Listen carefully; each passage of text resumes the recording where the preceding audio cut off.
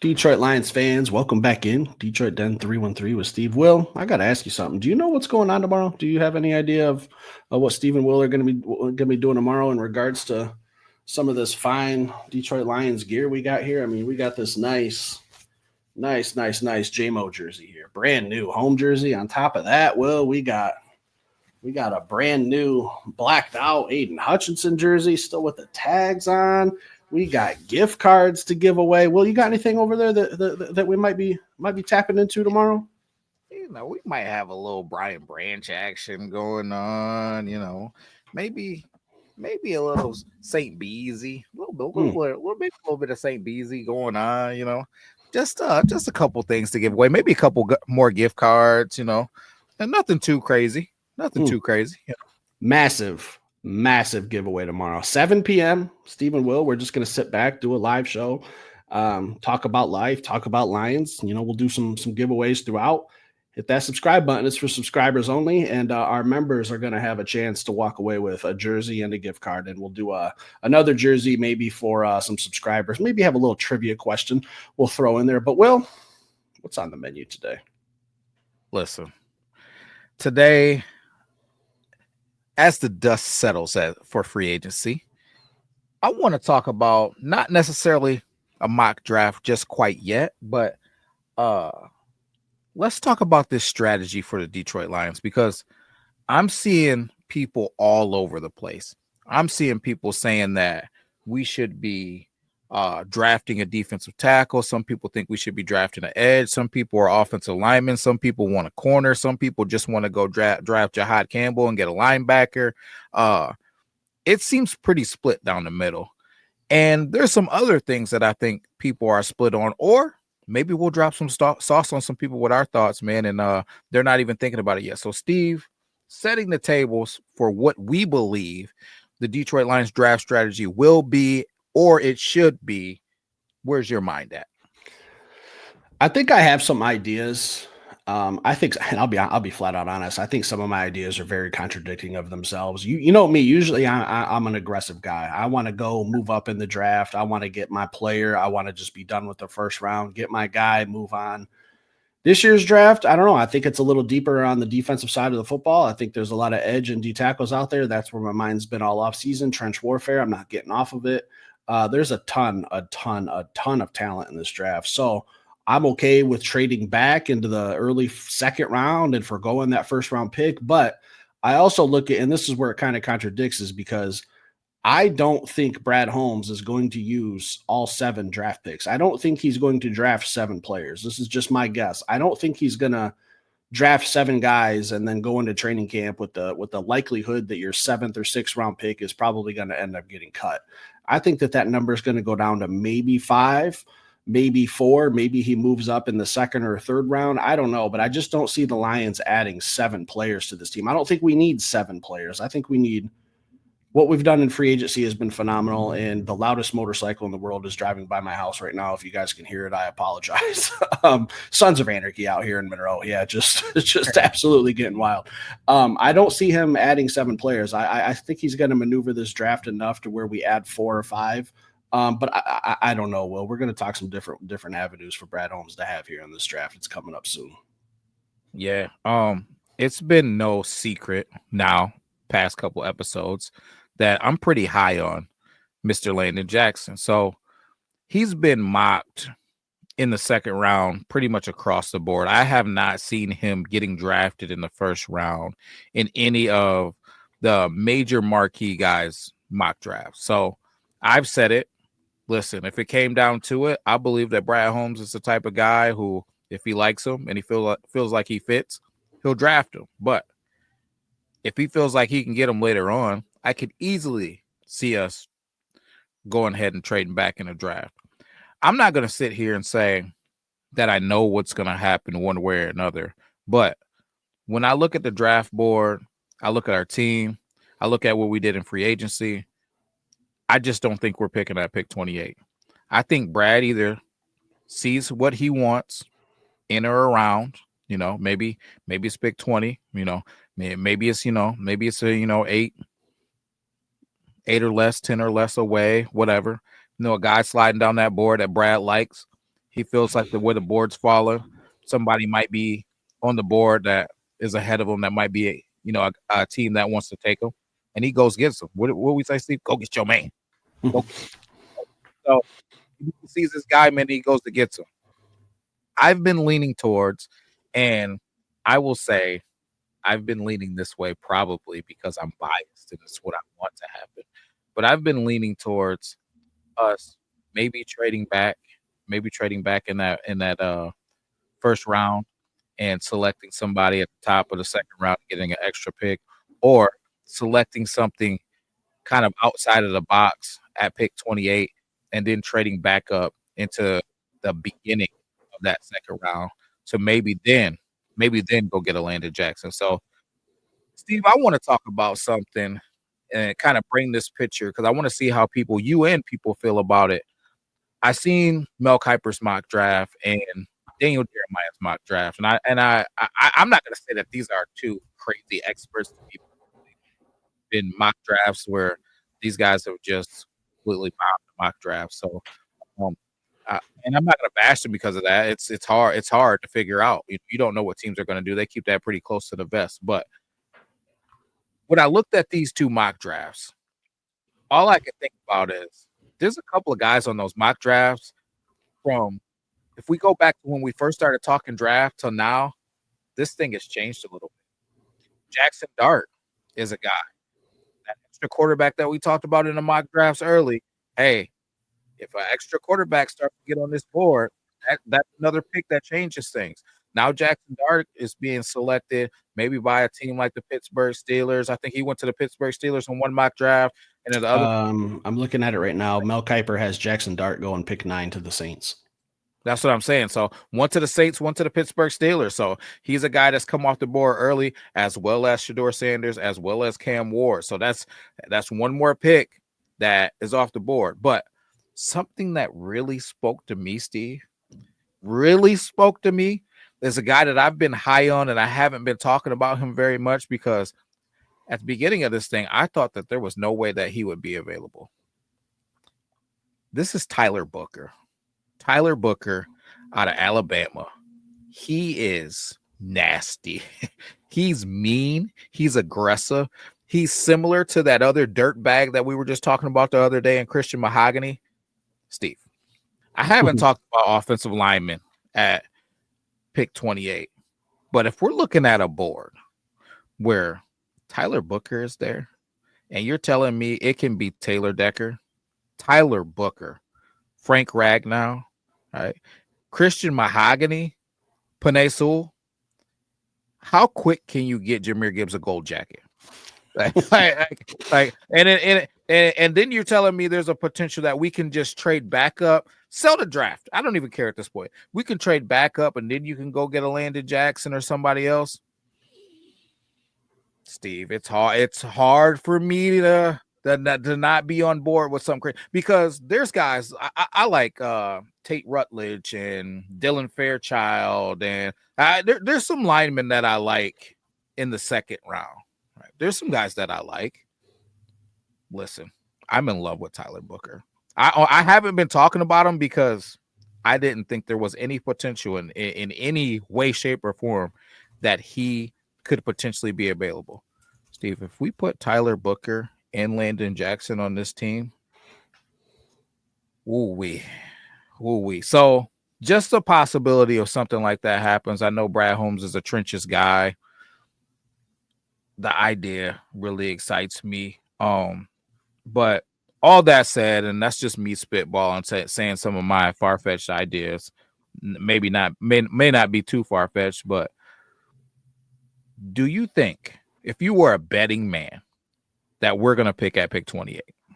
No, I just don't know what the move's going to be because as much as I'd like to move back in this draft and get another player, I'd like to get 4 picks in the top 100. It goes against what I said about thinking Brad Holmes doesn't need to draft 7 players. But I'm also, me personally, I'm always been trade up. This year, I don't know. I'd like to pick at pick 28 and maybe move up in the second round and give some later draft capital that I don't think is going to have a lot of meaning or use for the Detroit Lions. No, I just don't think he's going to pick at pick 28. You know what? The fun fact, William, Talk Mr. to me. Brad Wayne Holmes has only picked in his original pick in the first round one time when he selected Okay. Penny Sewell.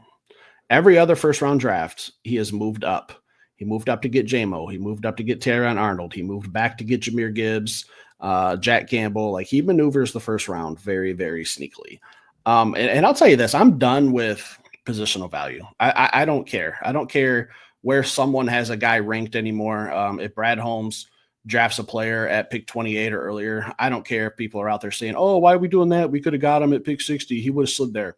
There's really just zero information that we have that says that that player would still be available when we pick. There is no way to know that. Just like when the Lions moved back a couple years ago and got Jameer Gibbs, and everyone was like, "Why don't you just take him at pick 18?" Well, there was rumors out there that the Los Angeles Chargers were interested, and he wouldn't have made it to pick 18. So I'm done with that. So if Landon Jackson, real quick, if he's the guy, then he's the guy. Now, if I have to live in the world where we're talking positional value, I can understand why some people think maybe he won't be available at, or he will be available at 28 and he probably won't go in the first round. But if he's the pick in the first round, I'm okay with it, Will. I don't care because he's got all the traits, he's got all the athleticism, he's got all the stats, he's got a high motor.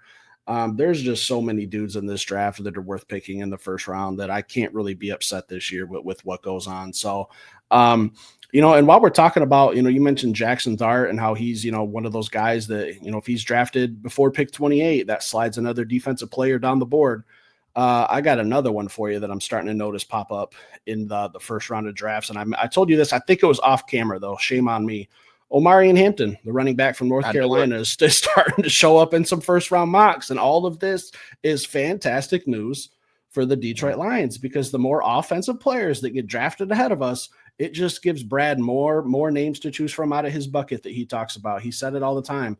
When I go in and I got a handful of guys with first round grades, whoever's there, who he's going to plug. So if there's a running back and a quarterback that are two spots now that are new in mock draft showing up, that's sliding other defensive players down the draft. And you know who I noticed is starting to slide a little bit, Will? Do you happen to notice? Have you been paying real close attention to what Steve Perkins has been saying? Will What's that? Johnson is falling out of the top 10 in some mock drafts. I told you people might have an issue with some of his work ethic stuff. My bitches and complaints with him, I have nothing, absolutely nothing to do with the football, with his skill of football. It's sitting out half of a season, passing on the combine, saying I don't need to work out, passing on the pro day, saying I don't need to work out. Listen, you haven't played football in 6 months. Those hammies should be nice and rested. I'm sorry, but I'm starting to notice things. Will he's looking? Where's he at? I think in Daniel Jeremiah's draft here, he's got him at pick 15 to the Atlanta Falcons. Every other draft I've seen has had him somewhere in the top 7 to 8. So I don't know. It's going to be interesting. Will, we're getting awfully close to draft time, and I'm excited. Yeah, I'm excited as well, man. I just there's just so many different directions that this thing can go, but I've been trying to just remind myself who Brad Holmes is. We had the breadcrumbs. We have a little bit of draft history from him now, especially even if you go back to the Rams, man, and what the Rams were doing over there. I think Brad obviously is a trenches guy. I think we can bank on getting something in the trenches, probably on both sides of the football, whether it's a guy that plays tackle, and I have a couple in mind, but whether it's a guy that plays tackle but can come in and play guard, and then maybe long term could be an answer for when Taylor Decker moves on. So, or if it's a guy like Tyler Booker, who immediately probably, I think if we draft Tyler Booker, he immediately starts over Graham Glasgow, and you probably see Christian Mahogany and Tyler Booker on that offensive line. And now you're talking about the core group of your offensive line for a long time when you're talking about Panay, Christian Mahogany, and Tyler Booker. So there's not a bunch of guys in this draft that I'm super, super high at the offensive line as far as drafting and them probably being a guy for a long time, but Tyler Booker is one of them, man. And then probably Banks from Texas too is another one that I could see. I've seen him sliding in the draft as well. He's another one that I could see playing tackle, but maybe you come in, you bring him in, you start grooming him for the future. But I'm not pressed on this offensive line. I know a lot of people are super pressed on going to get a guard. I've been seeing that a lot. I'm not as I've seen pressed on. Donovan Jackson from Ohio State quite a bit too. Yeah, he's just for me, he's not mean enough, man. He's not nasty enough. He's a good football player, but we like him nasty in Detroit, man. You gotta be a dirtbag, as for lack of a better words, man. You gotta be one of those guys, man, that's gonna put people on their back. You're gonna block to the whistle, or maybe a split second after the whistle. We're not trying to get penalties, but we're trying to let you know what we are and what we're about.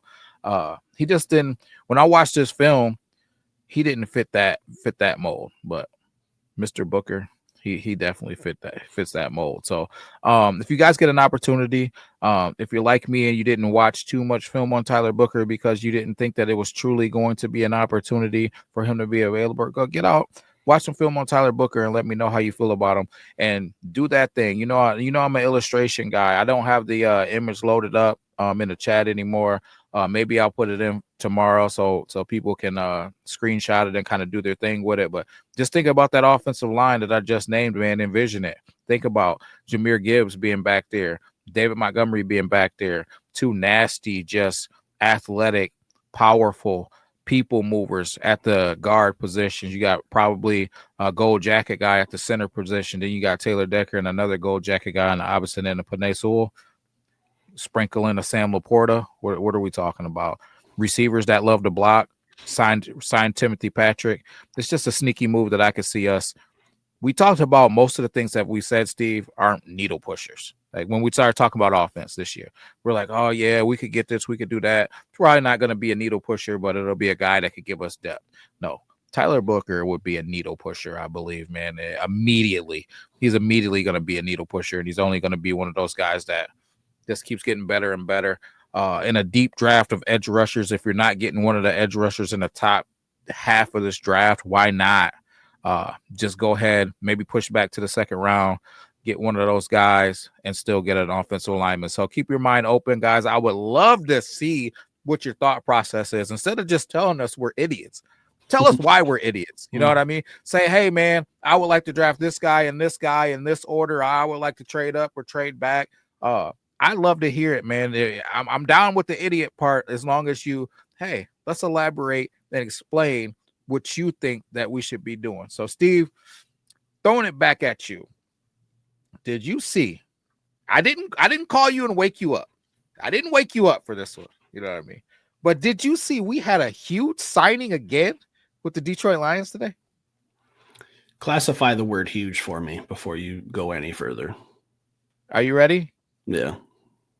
EMU Eagles. No, it's not Max Crosby. It's not Max Crosby, but it is Max Crosby's teammate. So none other than Pat O'Connor, man. Pat O'Connor. Put some respect on his name. You're not smiling. You're not smiling. You're not happy about Pat O'Connor. Talk to me.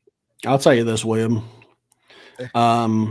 He deserves to be mentioned in this episode, but he does not deserve to get a phone call from Will Ford at anytime past 7:45. Anytime past 7:45, I don't need to hear about Pat O'Connor. Okay, listen. He was good in his role that he was gifted because I think he landed into a situation where we needed any physical human being out there to play football. And he did perform well.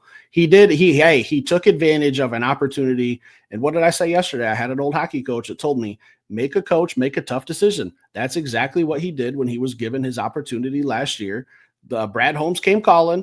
Pat Connor came back home to get his chance, and he took full advantage of it. And now look at him. He's on the team again. So I applaud him in that aspect that he was given an opportunity.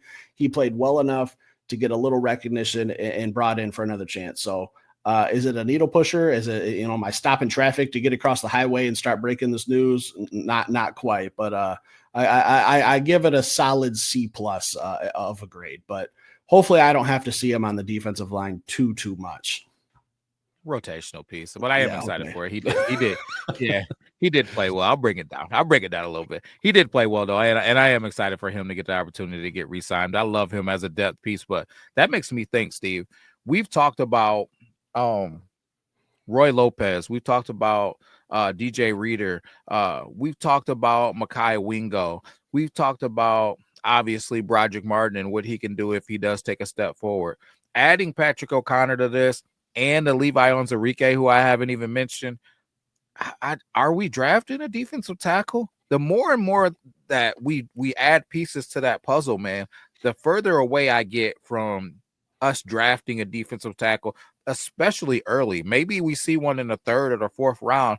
I don't think the first round pick is going to be a defensive tackle. And I'm pretty high on Derek Harmon, a Detroit kid that I feel like offers a little bit of pass rush as well as being able to be tough and stout in the trenches. Kenneth Grant is another one, a big, strong, physical guy that's twitched up. He's talking about at his pro day, he's going 4'8". So at 300 and whatever, 30, 40 pounds, running 4'8", that's crazy speed if he actually does get it done. I don't know, man. I've kind of gotten further and further away because I was saying before, I don't really want a defensive tackle early unless maybe it's one of those two guys. Now I'm kind of in the space where I said it yesterday. It's edge, edge, edge, edge, edge for me. Are you in that same boat, Steve? Have you veered away from those defensive tackles and you're only edge for the most part now? Or are you still open-minded to the DTs? Open-minded, but I think a little bit more closed than I was at the beginning of free agency. I was 50-50, I think, at the beginning of free agency before we knew what was really going to happen. And when we added Lopez, brought back Levi, Pat O'Connor now, I think that gauge for a need of a defensive tackle has kind of gone a little bit down. Now, is it still an option, still a possibility? Yes, but I've always been edge. And you said, I think it was you. I don't want to nail you too bad if it was you, Will. But I heard somewhere that the Detroit Lions draft a certain type of defensive end to play that other side of Aiden Hutchinson, and those players have been. Was that you? Shame on you. You're gonna get your little butt spanked.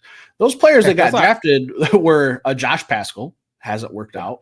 Levi Onwuzurike, I personally just think he's a little bit better in the middle. Hasn't quite worked out, but he's still got a role on this team. So what I'm going to do is, and I spank your butt, but now I'm going to give you a round of applause because I really love that this image we keep in here that you created. We got to fix the colors though, Will. These are not the Detroit Lions colors, but it does provide an image. Now, as you can see, here's our starting defensive line. Hutch, Reeder, McNeil when he's healthy, or a Roy Lopez until he comes back. So we'll change that out. So let's just say we got Hutch, Reeder, Roy Lopez, and then that other defensive end position right there. I think number 10, that's a crazy number for a defensive end in the NFL. I don't know what's going on there. But let's just imagine that player with no name is a Landon Jackson or a guy from Daniel Jeremiah's. I'm sorry, this is Mel Kiper's mock draft where he gives the Detroit Lions James Pierce. So let's bring that in one more time and just imagine that empty player there on the right side of the defensive line is James Pierce or a Landon Jackson, and you swap out McNeil for Lopez. Will, how would you feel about that defensive line? If it's Landon Jackson, I feel great about it. And I got to pump the brakes. I don't think that it's going to be Roy Lopez. I think that's going to be Levi Onwuzurike who's going to be starting at that DT spot. But if it's Landon Jackson, if it's Nick Scorton, if it's Shamar Stewart, if it's one of those guys, then Michael Williams, I'm going to feel really good about it. If it's James Pierce, I'm going to run right at him and I'm going to treat him like a child. Right. And that's the difference for me. James Pierce had a freaky combine. It was cool. It was great. It was sexy. It was all of the things. I do not believe the Detroit Lions are drafting him. And I don't think the Detroit Lions are not drafting him because of his off the field issues. I think they're not drafting him because he's light in the ass. Like, this is a dude, when you watch the film, is getting blocked by receivers and tight ends. He's getting blown off the football by receivers and tight ends. You mean to tell me you're going to come to the NFC North and you're going to deal with tough, gritty football from the Minnesota Vikings, the Green Bay Packers, the Chicago Bears, who have just beefed up their offensive line? No.